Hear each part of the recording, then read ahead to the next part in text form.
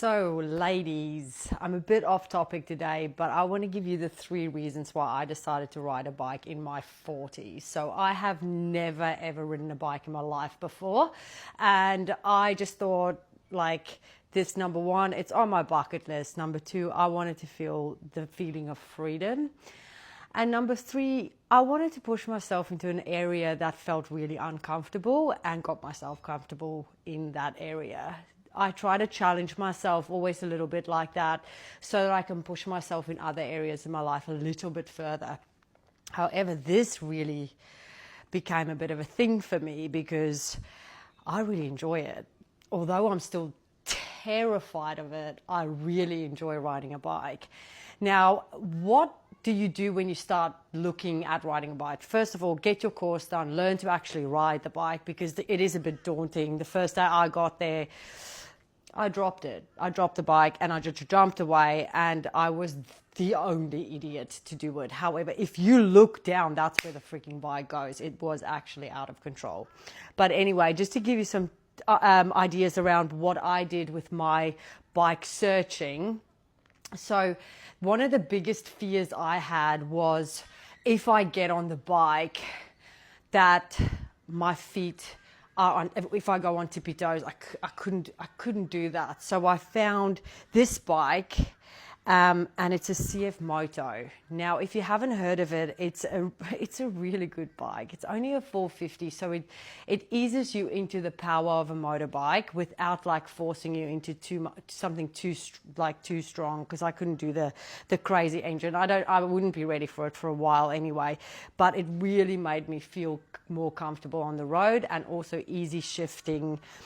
I'll show you as you get on the bike itself. And I'm not tall, I'm 170 centimeters. So when I sit on the bike, both my feet are flat and it makes me feel super in control of the bike and a lot more stable. Because when I then come to a traffic light or I have to think about, the clutch control and things, at least I know my feet's down and I can actually balance the bike really well. So just to have a think about that when you start looking at bikes, because this really helped me a lot. Now, also, the controls are a lot easier. It's a smooth shift as well as it just rides really, really easily. And it kind of looks cool. I like it. It's a bobber. It only has 1 seat, so it never puts you in that position that you think that you might have to lift someone at this point. For me, this is a perfect start-off bike. If you have any questions around it, please don't just drop a comment. And if you are a rider, tell me what you think about this one and if you heard of it, because I can't love it more. It's such a good bike.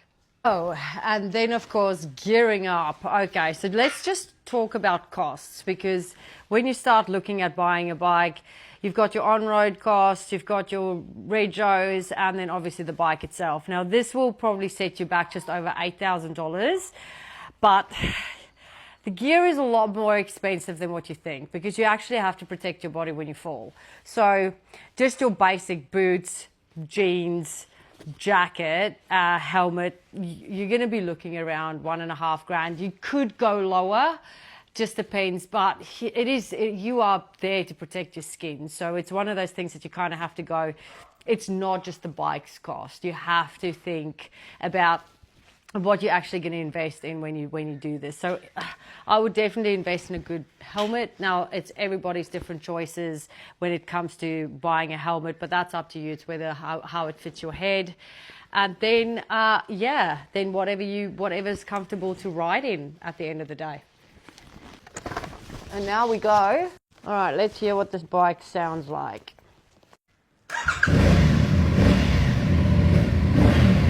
And off we go.